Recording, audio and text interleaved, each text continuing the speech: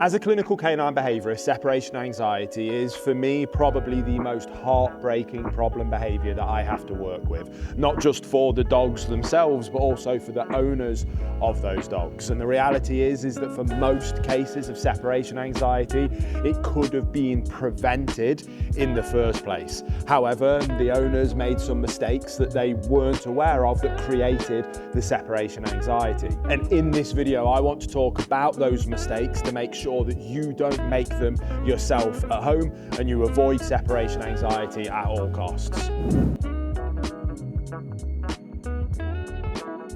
So the first mistake that we have to talk about is simply not planning for separation anxiety. Now, I know that's easy for me to say. As a clinical canine behaviourist, I've worked with thousands of dogs all over the world with a variety of problem behaviours. And when you have that much exposure and experience with problem behaviours, you can kind of predict things before they're going to happen and know what things that you want to avoid, like the plague. And for me, separation anxiety is absolutely one of those things. So for every dog that I'm ever getting for myself, for every dog I help friends and families raise from the get-go, whether it's puppies or rescue dogs, and for every client who I help do the same thing, a huge part of the plan going into that dog is preventing separation anxiety from ever becoming a problem in the first place, and ensuring that as part of our transition and training program of that dog coming into mine or their lives is putting things in place to ensure that we teach that dog some independence, how to be alone and how to be happy, calm and content whilst alone, to avoid any of the heartache of separation anxiety from ever occurring in the first place. So if you're watching this proactively, brilliant. Make sure you're doing all of the things right from the get-go. But don't worry if you're watching this reactively, because you already have separation anxiety. For both of you guys, this video is going to have tons of value in it to help you. Now, another huge mistake that people make that leads to separation anxiety, which follows on from not having a plan in place, is not starting from day one. Now, this is my mate Reginald. He is absolutely flying right now, and one of my priorities every time I bring a new puppy or new dog into my home, and Reggie is the most recent example of that, is getting them settled from the very first day, making sure that from the very first day they're learning how to be away from me. Now, I know it's completely understandable, and when they come in, and Reggie was the cutest puppy in the world, and on that first day you're so excited and you want to spend every second with them and you want them to fall asleep on you because it's incredibly cute. But the reality is that that's serving you rather than it is serving the dog. If you love your dog, you must lead your dog. You have a duty of care to set them up for future success. And you want to start from day one by helping teach them that they can spend some time alone and that spending time alone is okay. They don't need to panic, they don't need to freak out. And right now, my mate Reggie can be left alone for hours at a time. He doesn't need to be with me. He doesn't need to be with the other dogs. But from the very, very first day, Reggie here was spending time alone. Every time he needed to have a nap, he did so alone. When he went to bed, he did so alone.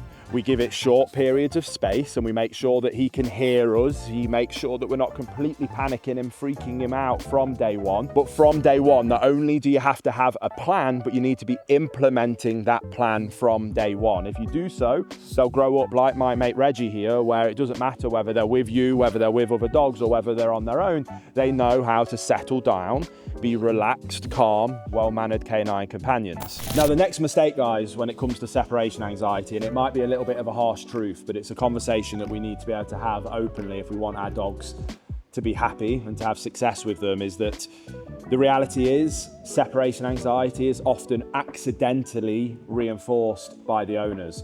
Now, let me tell you what I mean by that, and this is a classic thing that's happened with these guys here. These guys have been stuck in rescue centres for 7 years. They're now a bonded pair. They've got separation anxiety with each other as well as then people. But that doesn't mean that we can't make progress. But what happens with separation anxiety, if you're not careful, is that it's not nice to listen to your dogs getting upset. It's not nice to listen to them crying. But if every time your dog gets upset, if every time your dog cries, you go to them, you give them attention, you maybe let them out of their crates, maybe you go and say, hey buddy, what's the matter? What's up? What are you upset for? What's the matter?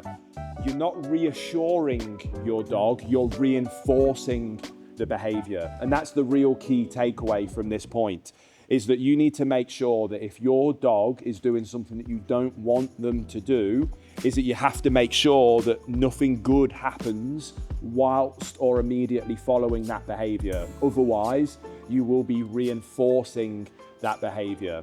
Now, it doesn't mean that you have to go the opposite way and punish separation anxiety harshly, but what we need to make sure that we're doing is not accidentally rewarding any types of separation anxiety behaviors. Instead, wait for calm, wait for quiet, wait for relaxed, and that is when you come and reward them and praise them. And that's exactly what I'm working on in this session with these guys. These guys need to understand that although they want praise, they want attention, they want to be close to humans, that they get those things when they're being calm, relaxed, and quiet. When they're being silly, making silly decisions, they don't get what it is that they're looking for. And again, you'll be surprised at how quickly dogs can pick up on those things, because the reality is that they just want the path of least resistance to get what they want. So you need to make the path of least resistance for them getting attention, praise, or anything else good in their life, being settled down, relax, be calm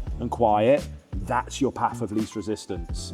Now, before we look at the next mistake, guys, I understand that you might be watching this video because you've got separation anxiety, or because you're bringing a new dog into your life and you want to make sure that you prevent them from getting separation anxiety. And to help you make sure that you end up with your perfect canine companion, we've got a couple of courses that I promise will help you do that. And if you are struggling with separation anxiety right now, or any other problem behavior, you have to check out our Perfect Canine Companion course. It's literally a bundle of all of my famous courses that will set you up to take your dog from wherever they are behavior-wise now, all the way through to Perfect Canine Companion. And if you're just bringing a new puppy into your life, then you have to check out my Perfect Puppy course. That again is a step-by-step guide with everything that you could ever need, including all of the practical demonstrations of absolutely all of the training you need to do, again, to make sure you end up with a Perfect Canine Companion.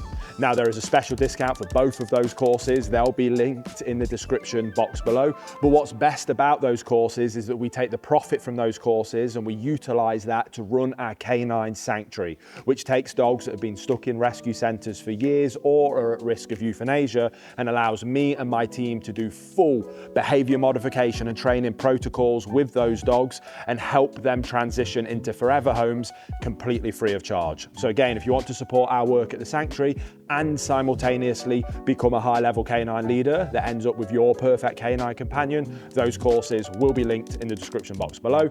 Go and check them out. But let's move on to the next mistake people make that cause separation anxiety. Now, of all the mistakes that people make that impact separation anxiety, I probably have to give this mistake the most serious, and that is simply to not crate train your dogs. If you want to guarantee success by preventing separation anxiety, crate training is the solution to do that. And it is one of the reasons why crate training is a mandatory part of my system with my own dogs, like Uncle Sully in there, and every single dog and every single client I work with. Crate training isn't just amazing for preventing separation anxiety, it's also part of my system to fix separation anxiety. And not only is it amazing with separation anxiety, but if your dog is happy, chilling, content in their safe space, you've made it their wonderful place, somewhere where they love to be, guess what they can't be doing if they're in their crate? Destroying all of your hard-earned possessions, which is another reason for dogs ending up in shelters or on the euthanasia table for problem behaviors inside the home. Do you know what another reason that happens is toilet mistakes all over your home. Crate training also makes that way better, because dogs are denning animals by nature and they don't like to soil in their den. You'll find that your dogs probably aren't having toilet accidents where they sleep. They'll go away from it and have toilet accidents over there. Again, crate training makes toilet training absolutely easy. Crate training is one of the most useful tools when it comes to having a perfect canine companion that fits in around your lifestyle, rather than you having to completely upend your life to fit around your dog's behavior problems. So if you don't want separation anxiety, it's simple. Crate train your dogs.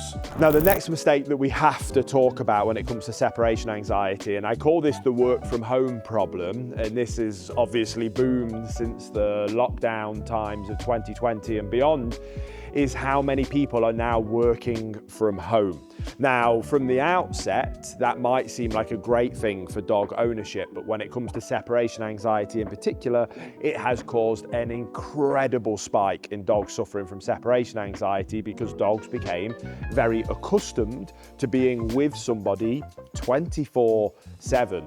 And they were never taught that independence and how to be alone that is so vital, it's so crucial. And when people started to have to go back to work, that problem of separation anxiety really showed its very ugly face. So if you are somebody who works from home, are planning to work from home, or there's a chance of you work from home in the future, make sure that even though your dog could be curled up under your desk, happy and as content as can be, and it's not an issue for either of you for that to be the case, make sure you're putting it into your daily routine for your dog to spend time alone.